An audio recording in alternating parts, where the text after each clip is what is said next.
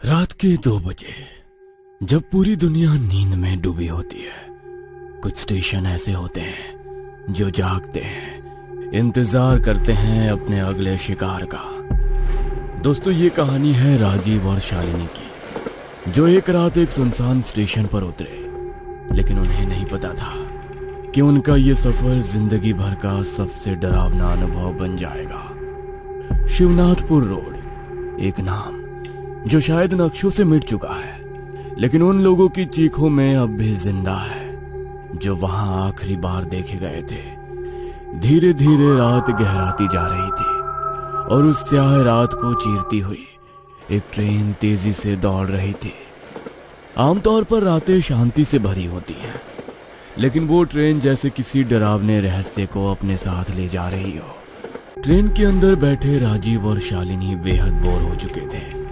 क्यों ना होते, वो ट्रेन जो शाम 5 बजे पहुंचनी थी, रात के 2 बजे तक भी स्टेशन पर नहीं पहुंची थी।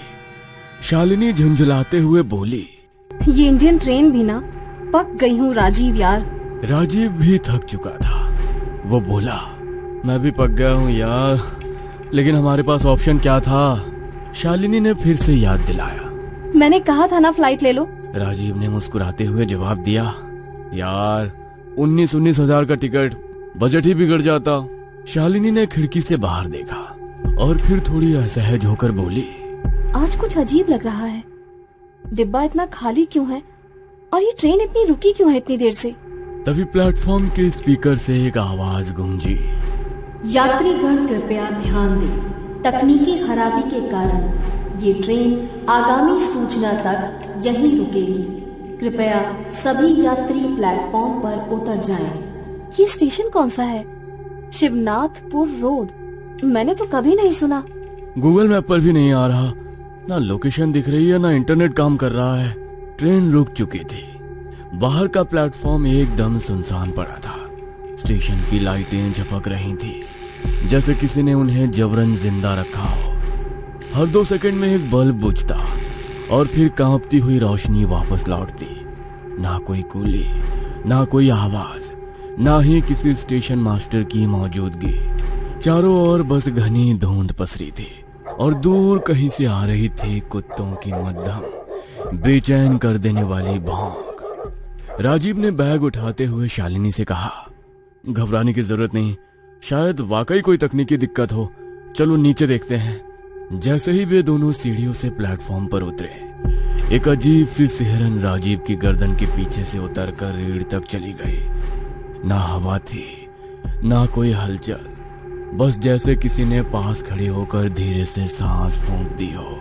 अगले ही पल ट्रेन की सारी लाइट्स एक झटके में बंद हो गई और जैसे कोई सपना आंखों से फिसलता है, पूरी ट्रेन अंधेरे में लीन होकर गायब हो गई। राजीव और शालिनी एक दूसरे को देख रहे थे, स्तब्ध, जमे हुए और पूरी तरह अकेले। उनके पीछे अब कोई ट्रेन नहीं थी। सामने एक सुनसान स्टेशन, जिसकी दीवारों से धुंध रिस रही थी। शालिनी की आंखें डरी हुई थी, उसकी आवाज कांपी। राजीव, ट्रेन कहाँ गई? तुमने देखा? वो ऐसे कैसे जा सकती है? राजीव ने बोलने की कोशिश की, लेकिन गले से बस सूखी हवा निकली। उसने चारों ओर देखा। ये जगह सही नहीं लग रही है। राजीव, देखो वो क्या है प्लेटफॉर्म के दूसरे छोर पर। राजीव ने नजर दौड़ाई। धुंध के बीच एक छोटी बच्ची खड़ी थी, सफेद मैला कपड़े पहने। उसके हाथ में एक जली हुई डॉल थी, चेहरा अध जला और आंखें जैसे किसी गहराई में डूबी हो। ये बच्ची कौन है? इतनी रात को अकेली? बच्ची ने एक पल के लिए राजीव और शालिनी की ओर देखा, फिर धीरे धीरे धुंध में पीछे हटने लगी और अगले ही पल गायब हो गई। लेकिन उसकी डॉल अब भी प्लेटफॉर्म पर खड़ी थी और उसमें से धुएं की हल्की लकीरें उठ रही थी, जैसे वो अभी अभी जली हो। ये क्या हो रहा है? ये सपना है या हम किसी मुसीबत में फंस चुके हैं? वे दोनों हक्के बक्के खड़े थे। कुछ समझ नहीं आ रहा था कि अभी अभी जो हुआ वो असल था या कोई भ्रम। और जैसे ही वो सोचने लगे, स्टेशन पर एक और अजीब चीज हुई। अचानक से कई लोग स्टेशन पर उतरने लगे, सूटकेस, बैग और पोटलियां उठाए हुए। लेकिन ये लोग कुछ अजीब थे, जैसे बिना आवाज के चल रहे हो, जैसे उनकी मौजूदगी हवा में ठंडक फैला रही हो। राजीव और शालिनी स्तब्ध रह गए। इतनी देर तक वो स्टेशन वीरान था, अब अचानक इतने लोग कहां से आ गए? राजीव उन्हें घूरता रहा, लेकिन शालिनी की नजर एक चीज पर ठहर गई। एक आदमी का हाथ उसके कंधे पर पड़ा, और जब शालिनी ने मुड़कर देखा, वो हाथ पूरी तरह से जला हुआ था, खाल उधड़ी हुई, हड्डियां दिखती हुई। शालिनी के मुंह से फिर एक जोरदार चीख निकली। शालिनी की चीख के कुछ ही सेकंड बाद एक लाल कपड़ा पहने एक कूली उनकी ओर आता है। क्या हुआ मेम साहब, आप चीख क्यों पड़ी? मैं कूली हूँ, आपका सामान स्टेशन के बाहर निकाल दूं? उसकी आवाज भारी थी, लेकिन उसमें अजीब सी शांति थी, जैसे वो हर चीज पहले से जानता हो। शालिनी ने घबराहट में जवाब दिया, हाँ हाँ हाँ हाँ, ले चलिए। कितने पैसे लेंगे? कूली मुस्कुराया। अरे मेम साहब, रात का समय है, जो सही लगे दे देना। वो उनके ट्रॉली बैग को उठाने ही वाला था कि राजीव की नजर उसके पैरों पर पड़ी। उसके पैर जमीन से कुछ इंच ऊपर थे। वो हवा में तैर रहा था, बिना जमीन को छुए। राजीव का चेहरा सफेद पड़ गया, उसका गला सूखने लगा। उसने शालिनी का हाथ कसकर पकड़ा और धीरे से कहा, शालिनी, यहाँ कुछ ठीक नहीं है, चलो यहाँ से। शालिनी ने भी जब उसके इशारे पर कूली के पैरों की ओर देखा, तो उसकी आंखें फैल गई। वे दोनों बिना कुछ कहे तेजी से स्टेशन के बाहर की ओर दौड़ पड़े। लेकिन स्टेशन के बाहर भी राहत नहीं थी। घना अंधेरा और धुंध चारों ओर फैली हुई थी। ना कोई टैक्सी, ना ऑटो, ना ही कोई इंसान। शालिनी हांफते हुए बोली, राजीव, बाहर कुछ नहीं है, हम कैसे जाएंगे? रास्ता भी नहीं पता। राजीव ने फोन निकाला। मैं गूगल मैप ऑन करता हूँ, हमें किसी भी कीमत पर यहाँ से निकलना होगा। लोकेशन डालकर वे पैदल चलने लगे।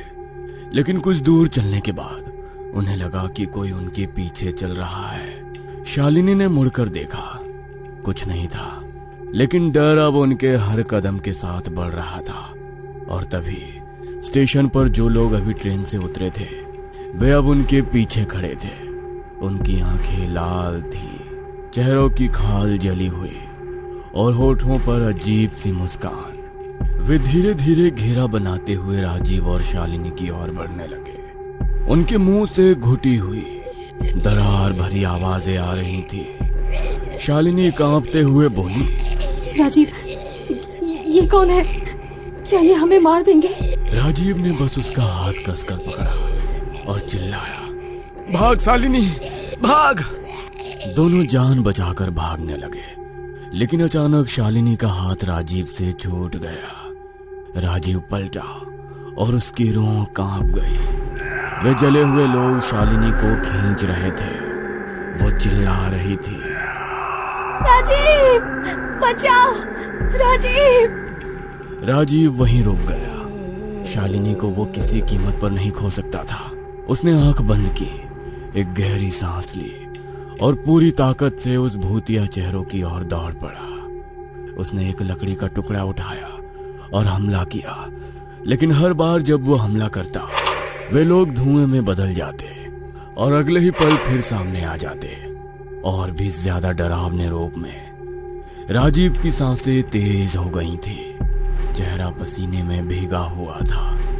तभी एक बूढ़ा आदमी सामने प्रकट हुआ।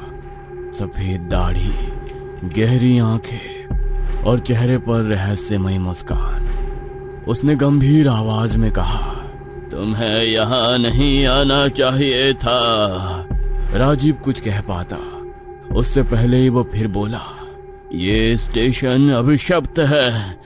जो भी यहाँ आता है वो कभी वापस नहीं जाता। राजीव की आंखें नम हो गई। उसने गिड़गिड़ाते हुए कहा, प्लीज हमें जाने दो। बुजुर्ग की मुस्कान और गहरी हो गई। बहुत देर हो चुकी है बेटा, अब कोई नहीं बचता। उसने आकाश की ओर देखा और बोला, बहुत साल पहले इस स्टेशन का नाम था शिवनाथपुर जंक्शन। बुजुर्ग आदमी की आंखों में एक अजीब सी नमी और डर था। उसने गहरी सांस लेते हुए बोलना शुरू किया, बहुत साल पहले इस स्टेशन का नाम था शिवनाथपुर जंक्शन। ये एक छोटा सा लेकिन व्यस्त स्टेशन था जो आसपास के 4 गांवों को जोड़ता था। रोजाना यहाँ सैकड़ों लोग आया जाया करते थे, किसान, मजदूर, व्यापारी और बच्चे भी। 21 मार्च 1942 वो रात जैसे इतिहास से मिट गई हो। उस रात एक विशेष ट्रेन आने वाली थी, 213 डाउन काल रात्रि एक्सप्रेस।